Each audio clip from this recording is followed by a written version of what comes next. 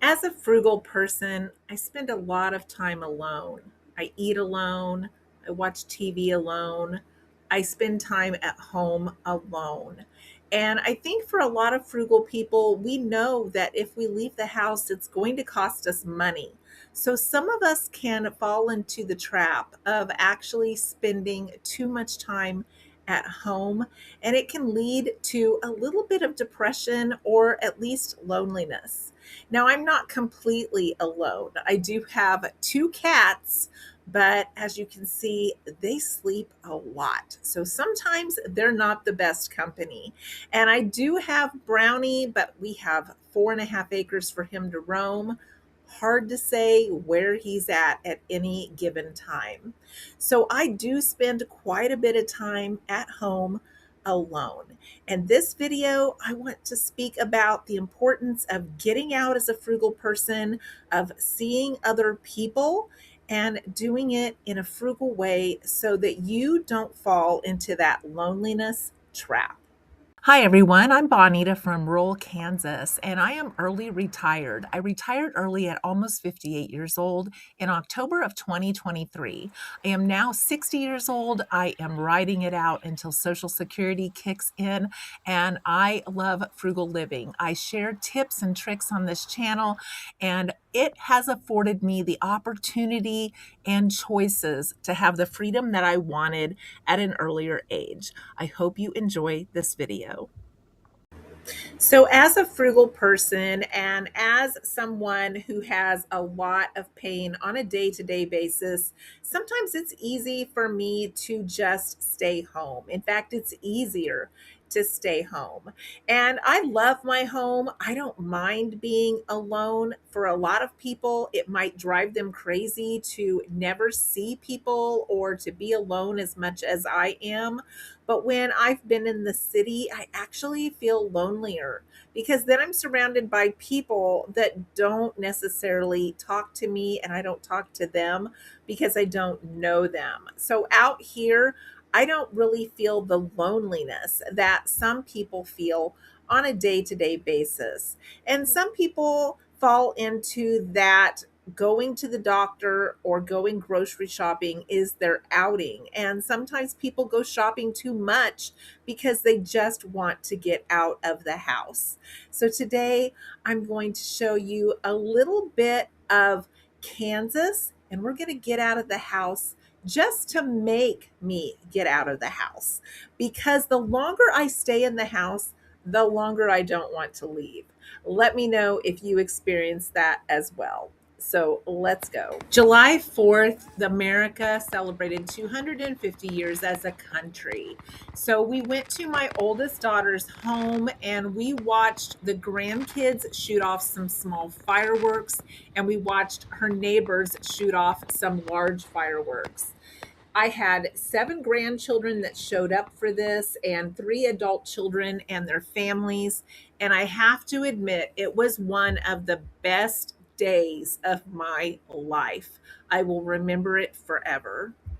When I was growing up, the older folks used to go for a drive and see what the river looks like. And now I find myself in that category, going for a drive and seeing what things look like. However, it just doesn't get more beautiful than this. So I can see the beauty in the nature that the older people were doing when I was growing up. I hope you all like corn. Nothing but cornfields everywhere. We have fields that are now lakes. I hadn't been out of the house in at least a week because of the flooding, and so I thought I would take a ride down to the lake and take a look. This bridge was completely overflowing with water. The dam was overflowing, but as you can see, there's just a few puddles left now. Even the cows have moved to higher ground. A lot of my neighbors have farm animals, so it's nice just to go out for a drive and see all of the different animals. One of my neighbors even raises Scottish Highland cows. And one of my favorites is our neighbors with all of these cute little goats. And parts of Wichita still look like this. Dirt roads, train tracks right next to it. Not everything is paved in the city. Trains can seriously make you late in these parts. They've been going forward and backing up and releasing one car down different tracks. And look at these old, narrow buildings here next to the railroad tracks. Now let's check out Pawnee Rock, Kansas. I've never been here before. This is Pawnee Rock in Pawnee Rock, Kansas.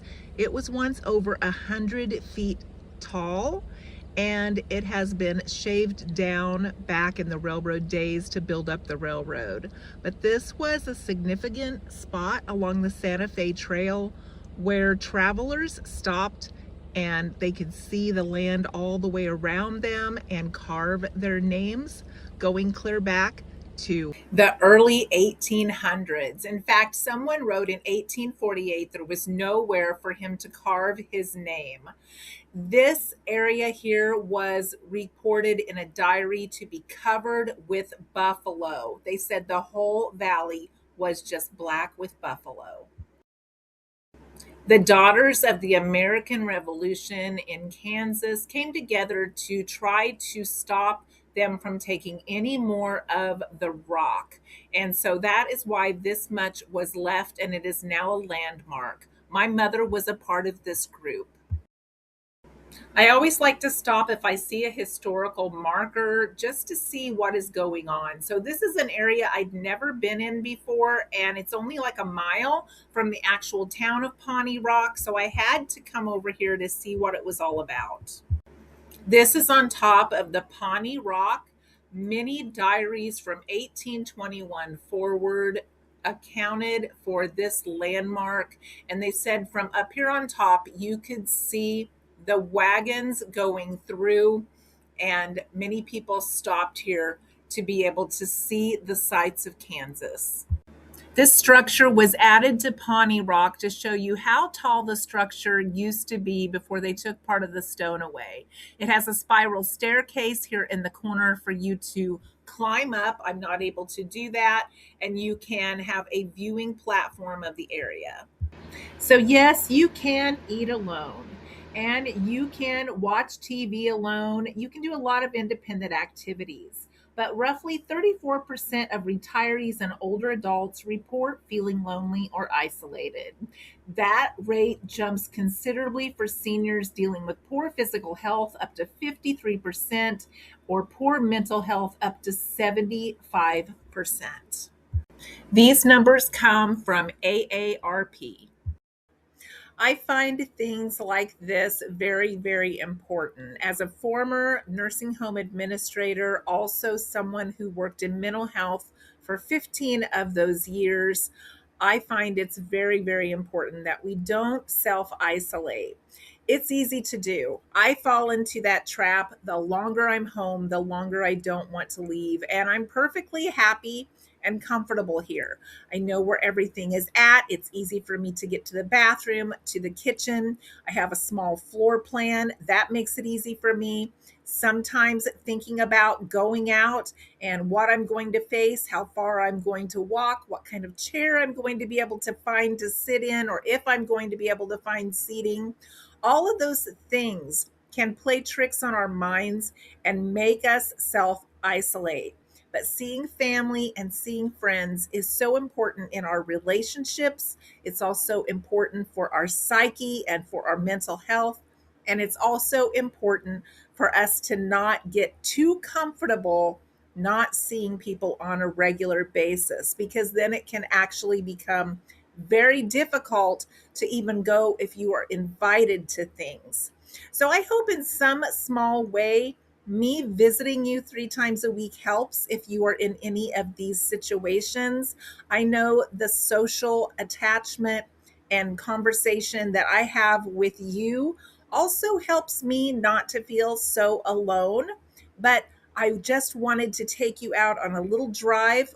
I've been cooped up for a while because of all of the rain, and I like to show you things in Kansas if I can that maybe you haven't seen before.